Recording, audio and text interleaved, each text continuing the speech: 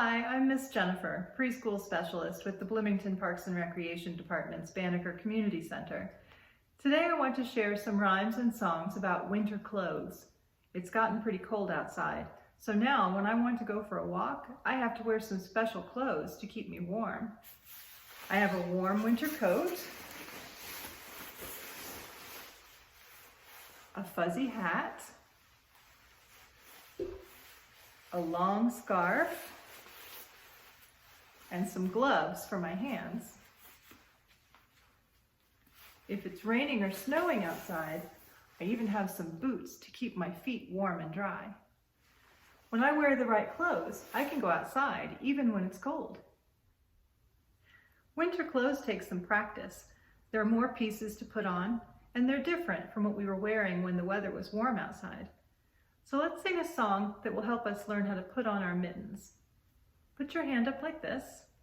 Now wiggle your thumb, and then wiggle all your other fingers together. Let's sing this song. Thumb in the thumb place, fingers all together. This is the song we sing in mitten weather. Let's do it one more time. Thumb in the thumb place, fingers all together. This is the song we sing in mitten weather. Let's stand up and sing a song about our winter clothes. It sounds a lot like head, shoulders, knees, and toes, but we're just going to change the words to be about our winter clothes. So we'll talk about our boots, which are on our feet, our jacket, which is on our body, our scarf on our neck, and our hat on our heads. Ready? Boots, jacket, scarf and hat, scarf and hat. Boots, jacket, scarf and hat, scarf and hat. In winter time we dress like that. Boots, jacket, scarf and hat, scarf and hat. I brought my friend Bear today. Bear hasn't been outside yet. He doesn't think it's very cold, so he doesn't want to wear his winter clothes. We might have to convince him. Bear says, I don't want to wear my coat, wear my coat, wear my coat. I don't want to wear my coat, it's not that cold outside. But Bear, it is cold. You should wear your coat. I don't want to wear my scarf, wear my scarf, wear my scarf. I don't want to wear my scarf, it's not that cold outside. Yes, it really is cold outside, Bear. You should wear your scarf. I don't want to wear my boots, wear my boots, wear my boots. I don't want to wear my boots, it's not that cold outside. It really is cold, Bear, and it's kind of raining too. You should wear your boots. I don't want to wear my mittens, wear my mittens, wear my mittens. I don't want to wear my mittens, it's not that cold outside. It is cold outside, Bear, and your hands will get really cold if you don't wear your mittens. I don't want to wear my hat, wear my hat, wear my hat. I don't want to wear my hat, it's not that cold outside. It really is cold, Bear. I think he'll stay warm now, though, don't you? He has all of his warm winter clothes on. Good job, Bear. I want to tell you a very special story about a mitten. Once upon a time, there was a boy who asked his grandmother to knit him some snow-white mittens to wear outside to play. His grandmother tried to talk him into red mittens or blue ones because if he dropped a white mitten in the snow, he might never find it again. But the boy begged her for snow-white mittens, so she shook her head and went to work. When the mittens were finished, she reminded the boy to be very careful not to drop them in the snow. Well, the boy went out into the woods to play and was having such a good time that he didn't notice when one of the mittens fell out of his pocket. He just went right on playing. When he finally got cold and tried to put the mittens on, one was missing. Where could it be? He looked all around, but he couldn't find it. He didn't want to go home without it, so he wandered off through the woods looking for his mitten. Well, there was someone in the woods who found the mitten, but it wasn't the boy.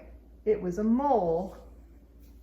The mole was really tired and cold, so he crawled inside the mitten to stay warm. Pretty soon, along came a rabbit. The rabbit was cold too, so he told the mole to scoot over. "I don't think there's enough room," said the mole, but the rabbit squeezed himself in just the same. The mitten stretched just a little, and they both fit. Pretty soon, along came a hedgehog. The hedgehog was cold too, so he told the mole and the rabbit to scoot over. "We don't think there's enough room," said the mole and the rabbit, but the hedgehog squeezed himself in just the same. The mitten stretched a little bit more, but they all fit. Pretty soon, along came an owl. The owl was cold too, so she told the mole, the rabbit, and the hedgehog to scoot over. "We don't think there's enough room," they said, but the owl squeezed herself in just the same. The mitten stretched a little, but they all fit. Pretty soon, along came a badger. The badger was cold too, so he told the mole, the rabbit, the hedgehog, and the owl to scoot over. "We don't think there's enough room," they said, but the badger squeezed himself in just the same. And the mitten stretched a little bit more, but they all fit. Pretty soon, along came a fox. The fox was cold too, so she told the mole, the rabbit, the hedgehog, the owl, and the badger to scoot over. "We don't think there's enough room," they said, but the fox squeezed herself in just the same, and the mitten stretched a little bit more, but they all fit. Well, pretty soon, along came a really big bear. The bear was cold too, so she told the mole, the rabbit, the hedgehog, the owl, the badger, and the fox to scoot over.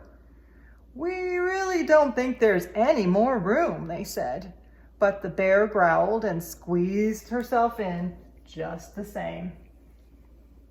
The mitten stretched and stretched and stretched and stretched so much it couldn't stretch anymore, but they all fit. Well, pretty soon, along came a tiny mouse. The mouse was cold too, so she told the mole, the rabbit, the hedgehog, the owl, the badger, the fox, and the bear to scoot over.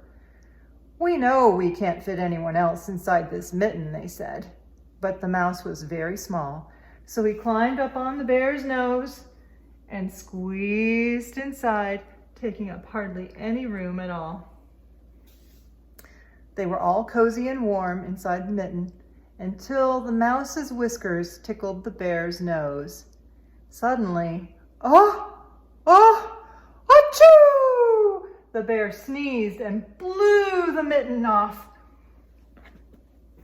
The animals decided that the mitten wasn't such a good place to rest after all, and they wandered off into the woods. Pretty soon, the boy came by and spotted his mitten on the ground. He picked it up and carried it home. It was always a mystery, but no one ever discovered why one of the mittens was so much bigger than the other one. Thanks for joining me today. I'll leave some suggestions for books about winter clothes in the description. Check back here tomorrow for preschool arts and crafts when we'll use some yarn to make a fuzzy winter hat. Have a great day. Bye, friends.